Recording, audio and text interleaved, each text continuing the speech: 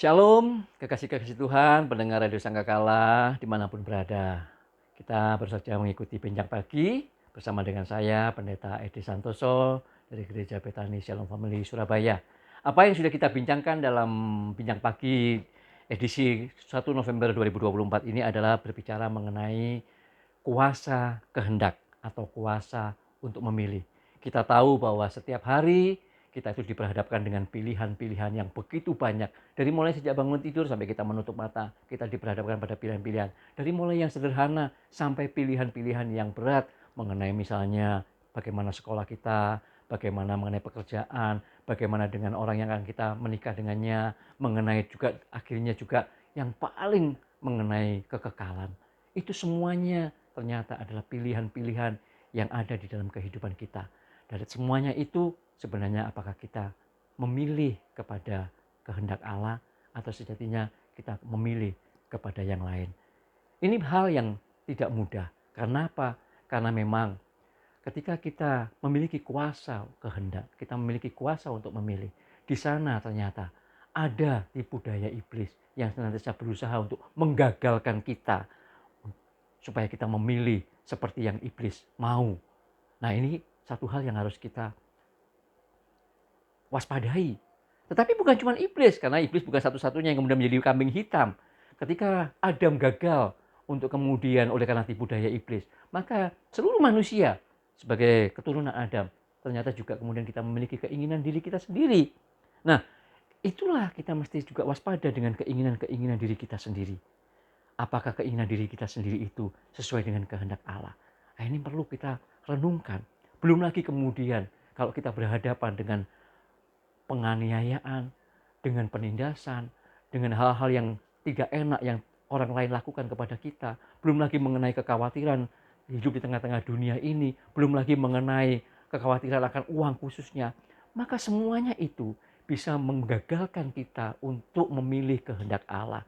Dan membuat kita bisa memilih yang lain yang bukan kehendak Allah. Yang membuat kita tidak taat kepada firman Allah. Maka kekasih-kasih Tuhan, para pendengar Radio Sangkakala yang saya kasihi, mari kita mau belajar ya. Supaya kita menjadi orang-orang yang sungguh-sungguh bisa mengarahkan kehendak kita untuk melakukan kehendak Allah. Yang sungguh-sungguh kita bisa melakukan kuasa untuk memilih kita. Kita memilih untuk taat kepada firman-Nya. Maka mari kita tidak hanya menjadi orang-orang Kristen yang sekedar beragama. Mari kita tidak hanya menjadi orang-orang Kristen yang hanya sekedar beraktivitas secara Kristen. Tapi kita sungguh-sungguh mau menghidupi Roma 12 ayat 1 dan 2. Bagaimana kita dalam hidup kekristenan kita itu mempersembahkan seluruh hidup kita ini untuk Tuhan sebagai sebuah ibadah yang sejati.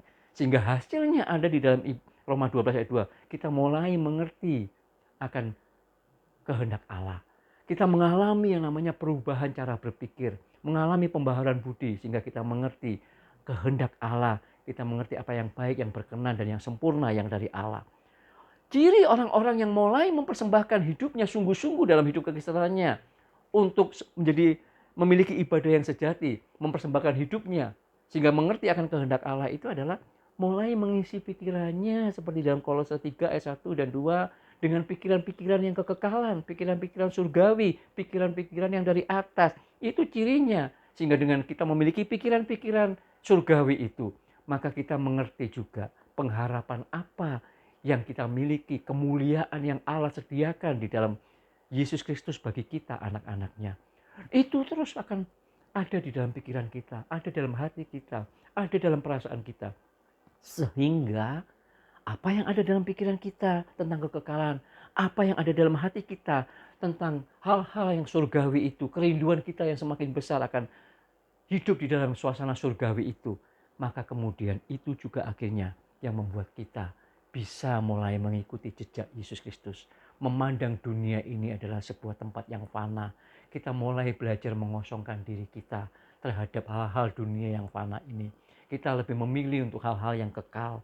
Apapun ketika kita berhadapan dengan orang, berhadapan dengan persoalan, ketika berhadapan dengan masalah apapun, kita memandangnya dalam perspektif kekekalan, dalam perspektif surgawi. Sehingga kita tidak memilih hal-hal yang jangka pendek, yang sementara, tetapi kita lebih memilih memikirkan hal-hal yang jangka panjang, bahkan hal-hal yang kekal adanya. Mari, kekasih-kasih Tuhan, pendengar suara Radio Sangkakala yang saya kasihi, marilah saya mengajak supaya kita semuanya menjadi orang-orang Kristen yang mengarahkan kuasa kehendak kita untuk melakukan kehendak Allah. Yang mengalahkan kuasa kita untuk memilih, kita memilih untuk taat kepada firman Allah. Kenapa? Karena kalau kita tidak melakukan itu, kalau kita memilih yang lain ketimbang kita melakukan kehendak Allah, kalau kita memilih taat untuk melakukan apa yang orang katakan atau situasi katakan, lebih taat lebih kepada daripada firman, maka sejatinya kita bukan adalah orang-orang yang lebih takut kepada orang, lebih takut kepada keadaan ketimbang takut akan Allah.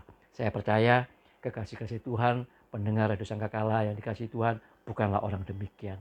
Kita adalah orang-orang yang takut akan Tuhan, yang lebih memilih Tuhan, yang lebih memilih untuk melakukan firman-Nya. Amin. Tuhan Yesus memberkati.